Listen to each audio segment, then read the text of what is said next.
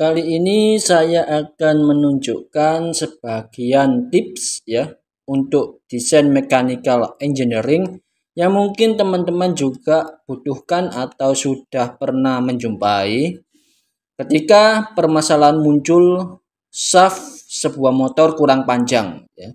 Dalam sebuah desain engineering kita mengassembling sebuah mesin dan harus menggunakan motor induksi atau yang biasanya dikenal banyak operator hanya dinamo saja, tapi istilah itu sebenarnya kurang tepat ya. Ya namanya juga motor ya, motor.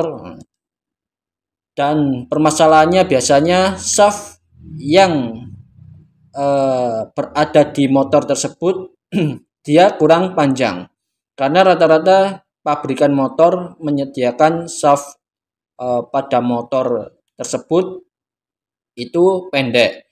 Biasanya motor ini biasanya terdapat gearbox ya. Kita jumpai gearbox, kemudian di gearbox itu ada lubang dan kita shaft bisa buat sendiri baik panjang atau sesuai keperluan. Tapi kalau kita pada kasus motor seperti ini sering kita jumpai shaft motor kurang panjang. Akibatnya apa? Ketika mengassembling kadang-kadang puli yang terlalu dekat terhadap motor itu sedikit rawan ya, ataupun juga puli yang sudah kita buat ini harus kita akali ekornya harus lebih panjang. Nah, permasalahan di video ini puli yang kita buat adalah puli yang beli di pasaran. Dan ketika kita terapkan di assembling untuk motor ternyata kurang keluar. Dia harus memiliki jarak tertentu agar bisa terhubung dengan puli yang ada di mesin yang sudah ditentukan. Oleh sebab itu biasanya kita bentuk sebuah shock shaft seperti ini. Nah, as pada motor ini kan memiliki sepi, ya kan? Kalau kita buka pada assembling motornya, kita buka sendiri, dia memiliki sepi pada shaftnya. Oleh sebab itu, shock yang kita buat ada dua opsi.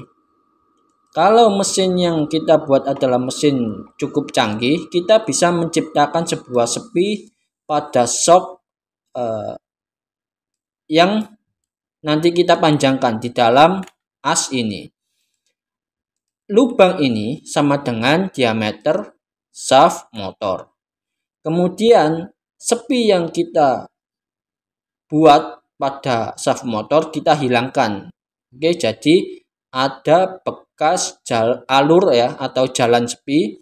Nah, kita akali dengan mengikat dua set screw atau dua groove sesuai dengan sepinya. Misalkan ini adalah sepi 5 mili. Oke, kita ukur. Maka set screw atau groove yang kita buat harus drat 5 mili atau M5. Dengan dua pengikat skru seperti ini, dan jangan lupa ya ketika di assembling usahakan pas pada skrunya. Kalau kita lihat shaft motor di sini, kita tampilkan seperti ini. Nah, simulasinya adalah skru ini tepat di center ujung sepi, ujung radius sepi dan ujung sepi lainnya. Ini mengakali kalau kita ingin kuat ya. Jadi shaft ini nanti juga shaft shock ini diameter asnya harus presisi. Dia bisa dimasukkan tetapi tidak boleh terlalu kendor ya. Hati-hati kalau misalkan ini shaft 14, jangan sampai operator bubutnya menggunakan bor 14 kemudian menjadi 14,1. Berikan toleransi 14,01 saja atau 0,3 itu sudah cukup ya. Presisi bisa dimasukkan tetapi tidak terlalu kocak. Kemudian barulah kita bisa membuat shaft pengganti atau shaft penghubung yang nanti diameternya sama dengan shaft motor asli. Jadi demikian ya. Kalau kita lihat assemblingnya, seperti ini.